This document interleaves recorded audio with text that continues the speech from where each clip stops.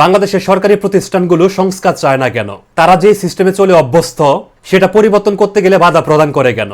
সম্প্রতি বিটিভির কর্মকর্তা কর্মচারীরা মানববন্ধন করছে। বাংলাদেশের সবচেয়ে শক্তিশালী media Bangladesh television. Bangladesh television একটি রাষ্ট্রের স্ট্র্যাটেজিক প্রতিষ্ঠান এবং বাংলাদেশ সরকারের একমাত্র রাষ্ট্রীয় অডিও ভিজুয়াল গণমাধ্যম।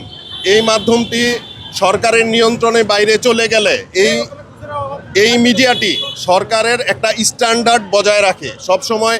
কারণ ডক্টর মোহাম্মদ ইউনূস মানে অন্তর্বর্তীকালীন সরকার তাদেরকে বলছে আপনারা স্বায়ত্তশাসিত হয়ে যান। স্বায়ত্তশাসিত হইলে আপনাদেরকে কোনো সরকারের পা চাটতে হবে না, কোনো সরকার প্রধান চাপ প্রয়োগ করে আপনাদেরকে নিউজ করাইতে পারবে না, সারাদিন সরকার প্রধানের দিকে ক্যামেরা তাক করে রাখতে হবে না, আপনারা নিজেদের ফান্ড নিজেরা কালেক্ট করতে পারবেন। কারণ বিগত বছরগুলোতে আমরা লক্ষ্য করছি যখন শেখ হাসিনা সরকার ক্ষমতায় ছিল, বিরোধী দলীয় নেত্রী খালেদা জিয়া তো দূরে থাক, তার দল বিএনপির কোনো নিউজ বিটিভি কভার করতো না।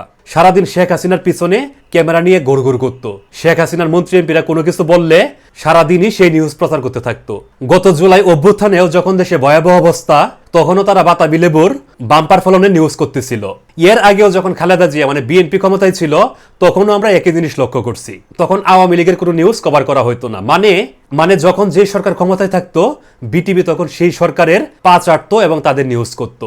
এই জায়গাটা থেকে বের হয়ে আসার জন্য অন্তর্বর্তীকালীন সরকারের প্রধান ডক্টর মোহাম্মদ ইউনূস তাদেরকে বলছে আপনারা স্বায়ত্তশাসিত হয়ে যান। স্বায়ত্তশাসিত হইলে কোনো সরকার প্রধান এসে আপনাদেরকে চাপ প্রয়োগ করতে পারবে না, আপনারা আপনাদের মতো করে নিউজ করতে পারবেন, অনুষ্ঠান করতে পারবেন, কারো গুণ গান গায়া অনুষ্ঠান করতে হবে না। যখনই অন্তর্বর্তীকালীন সরকারের প্রধান ডক্টর মোহাম্মদ ইউনূস এমন একটা সিদ্ধান্তের কথা জানাইলো, তখনই বিটিভির কর্মকর্তা কর্মচারীরা ব্যানার ফেস্টুন নিয়ে তাদের কার্যালয়ের সামনে মানে রামপুরায় মানববন্ধন করছে। তারা বিটিভি স্বায়ত্তশাসিত হোক সেটা চায় না। এটা না চাওয়ার কারণটা হইছে বিটিভির এখন যে অবস্থা, তারা যদি স্বায়ত্তশাসিত হয় তাহলে এই প্রতিষ্ঠান চালানোর মতো যে অর্থ সেটা তারা যোগান দিতে পারবে না। কারণ বিটিভি এখন মানুষ দেখে না। তারা বিটিভির লেভেল এমন জায়গায় নিয়ে গেছে যেখান থেকে উত্তরণ করাও খুব সহজ না। এখান থেকে উত্তরণের একমাত্র পথ স্বায়ত্তশাসিত করা।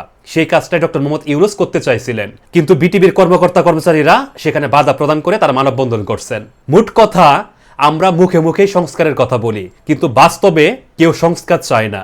যে সিস্টেমে তারা চলে অভ্যস্ত, সেই সিস্টেম থেকে তারা বের হইতে চায় না। যেই বিটিভি কয়দিন আগে শেখ হাসিনাকে তোষামোদ করছে, এখন সেই বিটিভি শেখ হাসিনাকে ফ্যাসিস্ট বলে। কয়দিন পর শেখ হাসিনা আবার ক্ষমতায় আসলে তখন শেখ হাসিনা ভালো হয়ে যাবে, তখন ডক্টর মোহাম্মদ ইউনূস ফ্যাসিস্ট হয়ে যাবে। এভাবে আর কতদিন, এভাবে আর কতকাল বিটিভি চলবে? অন্তর্বর্তীকালীন সরকারের প্রধান ডক্টর মোহাম্মদ ইউনূসের উচিত শক্ত হাতে এটা দমন করা এবং বিটিভিকে স্বায়ত্তশাসিত করে দেওয়া। ধন্যবাদ সবাইকে।